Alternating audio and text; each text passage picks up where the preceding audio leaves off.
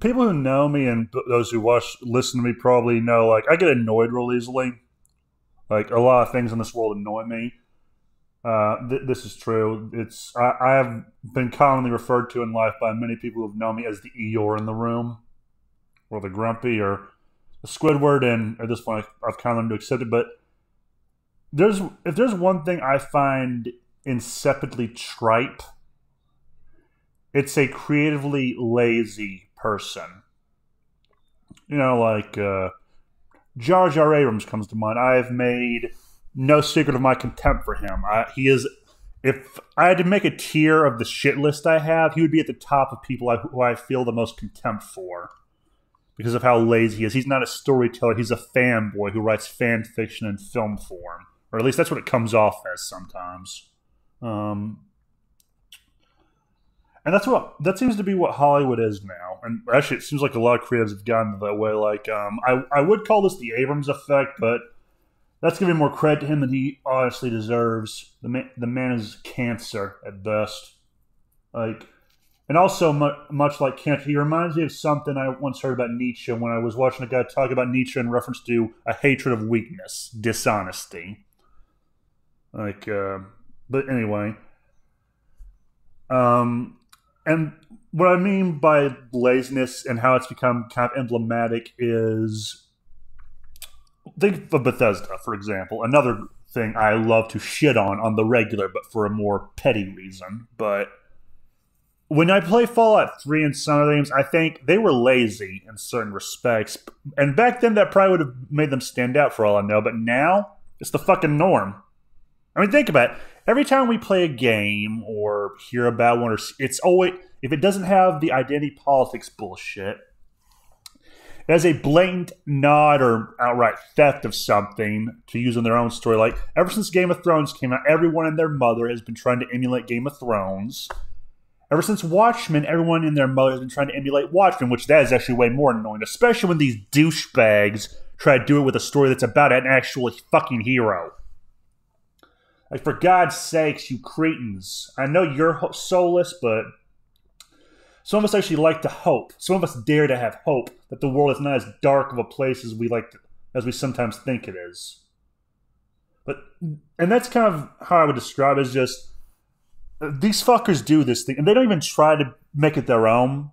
Like, it's pretty blatant what they're doing. Like, I'm a pretty lazy guy when it comes to writing. I consider myself a recycler of storytelling. Everything I made is taken from somewhere else, but I at least try to make it original in relation to the story I make and still trying to make it my own.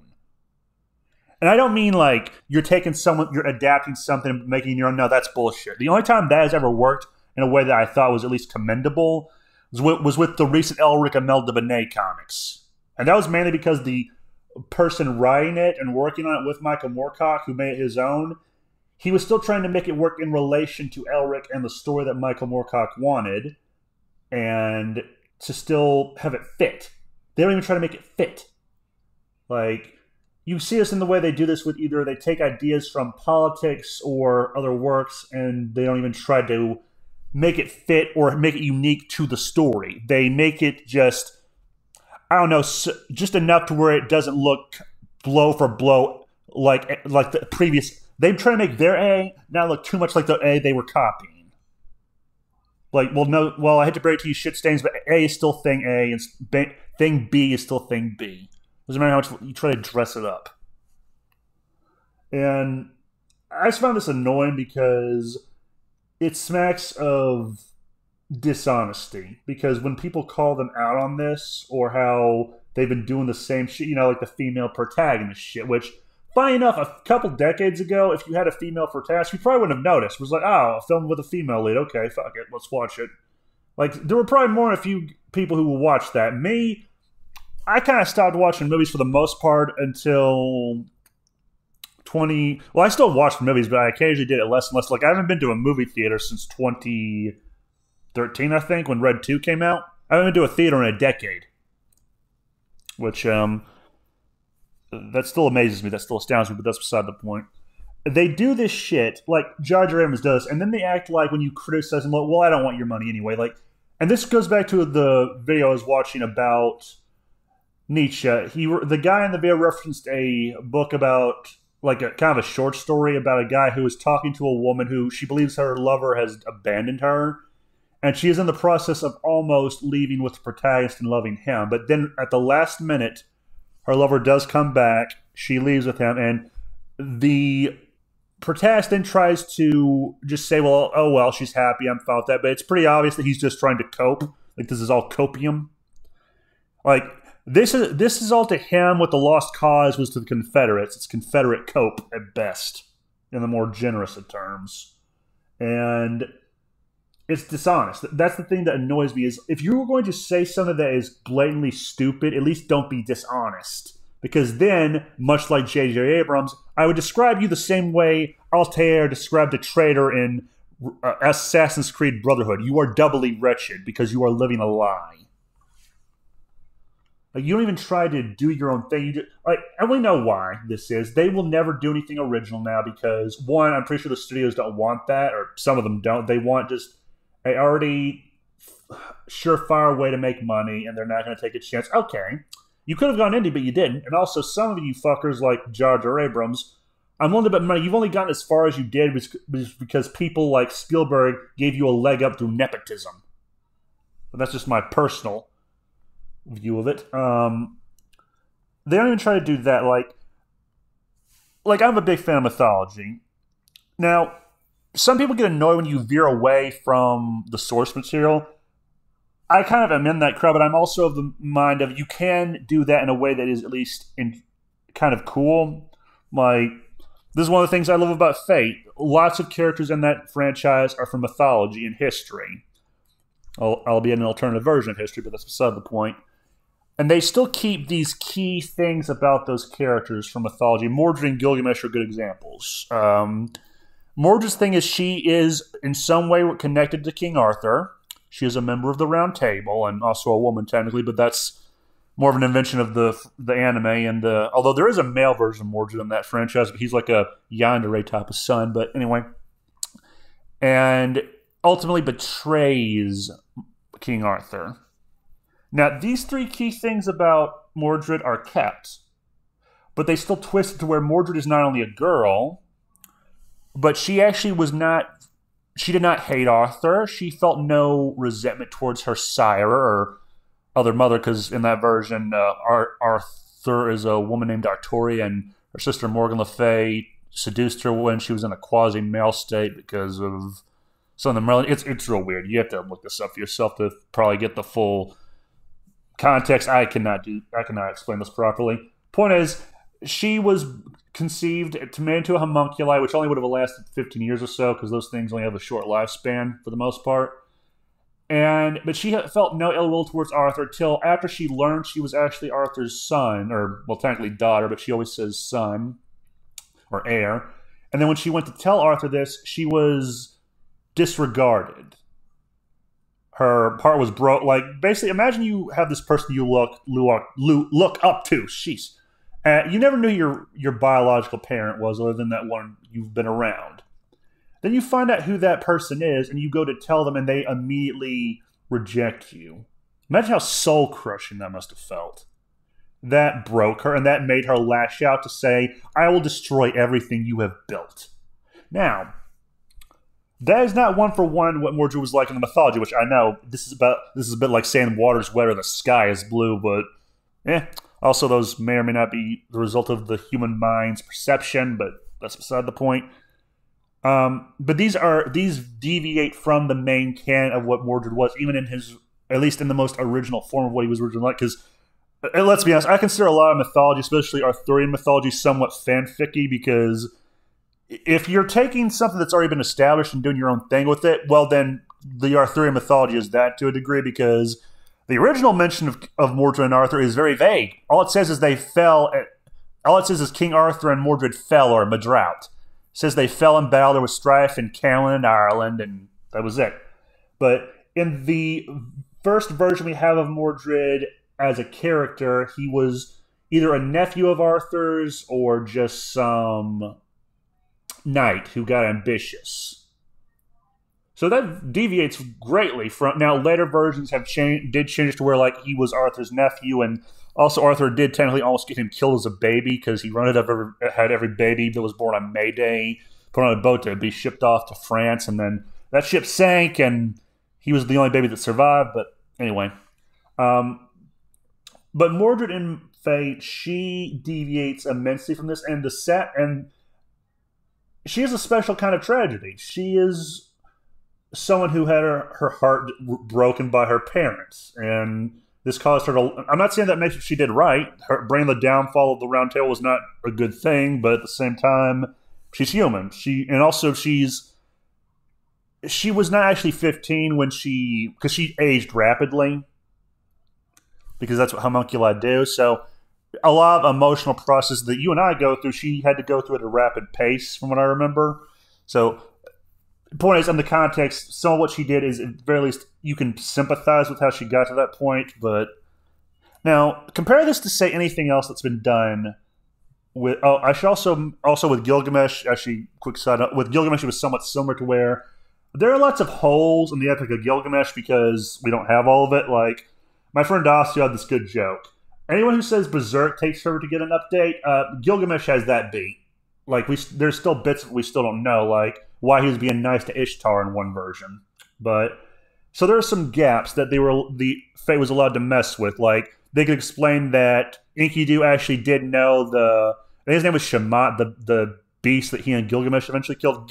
Apparently Shamat and Enkidu had a previous encounter because he insulted Enkidu, saying like, "Oh, you son of a fish."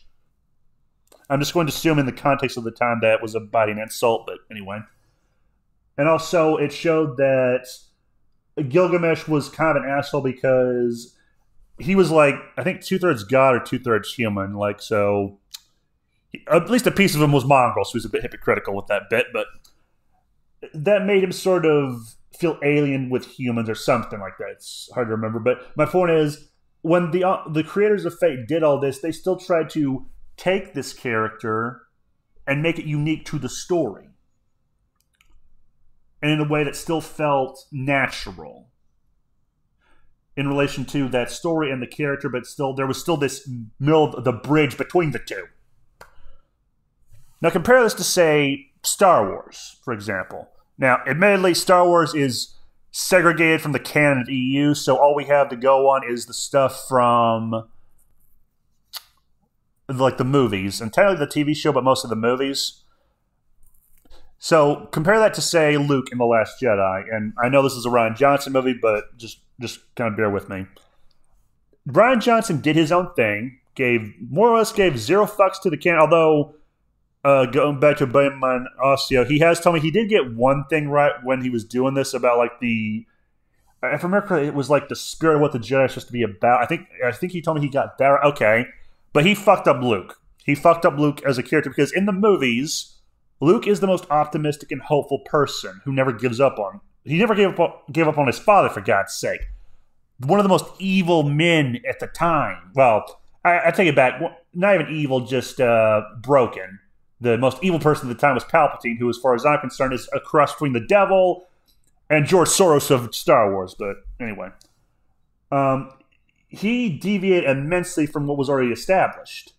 Like, even in Fate, when they deviate, they still kept in line with some of the established lore in the mythos of Arthurian legend. Abrams and Rian Johnson do, like most people in. You have people like Taika Waititi's douchey ass who say like, "Oh yeah, I'll fuck up your canon willingly, buddy boy." Like they get off on. I am convinced they get off on it, and then they are surprised when you don't give them money or you're mad at them. They are dishonest people.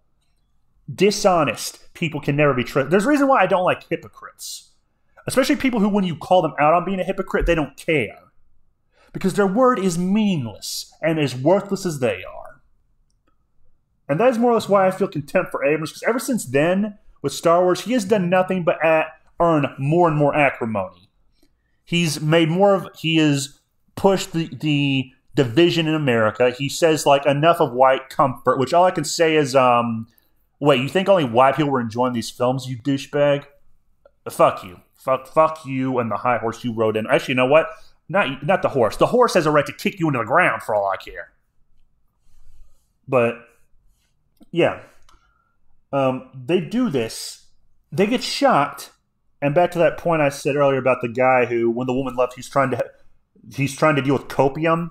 The point the guy made in that original video about Nietzsche I told you about, he was saying basically like he then tried to justify why she left. Like maybe she wasn't really that good for him, or he was better off. And he's the example of like weak men into society who try to make excuses for why women don't want them. Like they're just like assholes, or they're really just horrible people. Like their sexual morality is that of a whore. You know, like beta males or male feminists. That is how I would describe people like Taika Waititi and Jar Jar Abrams and Ruin Johnson. They have the mentality of like, okay, if you're not on my side, if you're not fellatioing me to completion, you are the devil. To which I can only say, okay, where's my pitchfork? Where's the hellfire? If I'm going to be a devil, I might as well do the job properly. Like seriously, this is like someone saying I'm an SS officer. I'm like, okay, who's going to hand me my black leather jacket and my Luger? If I'm going to do a job, I might as well do it right. I'm joking, of course, but yeah, they're idiot. They come off as idiots to me for that. They can, and some of them like Ruin Johnson, they at least have some talent with it. Jar Jar Abrams, I deny that man has talent. That man is about as talented as, well, the Phoenix New Times or Arizona Republic when trying to discredit the reality of Cain Diablo.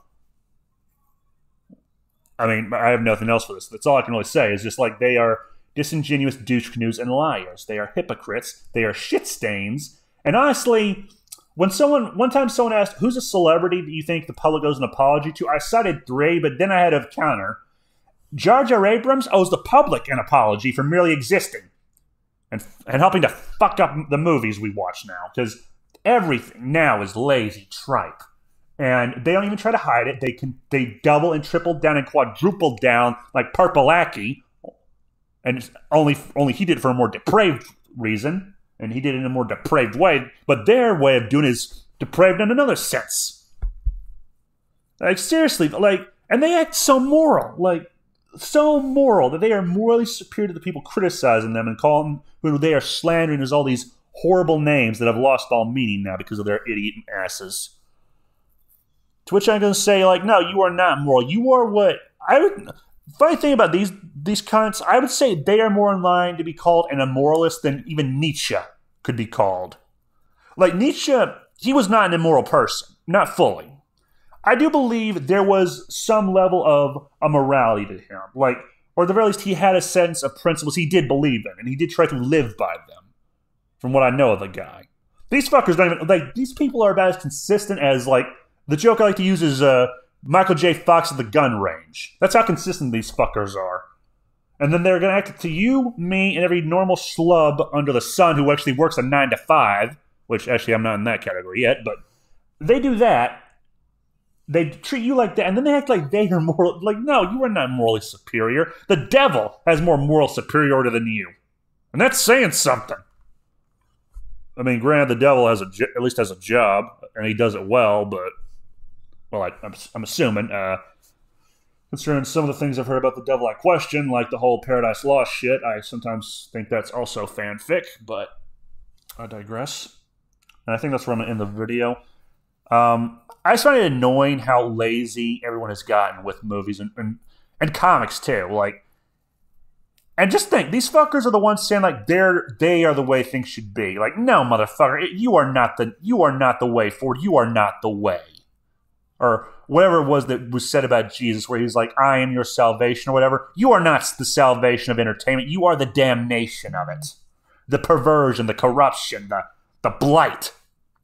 You are the blight of Dragon Age, except you have multiple archdemons who are all pathetic and weak. And that's probably the thing I resent the most about these people, is how weak they are. These are weak people who, when they do not get their way, they lash out like little petulant children. Much like their fantard sycophants. And, God, I think I'm done. Yeah. I probably should have planned this out more, but fuck it. Fuck it. That is my take on this whole situation of how insufferably lazy everything is.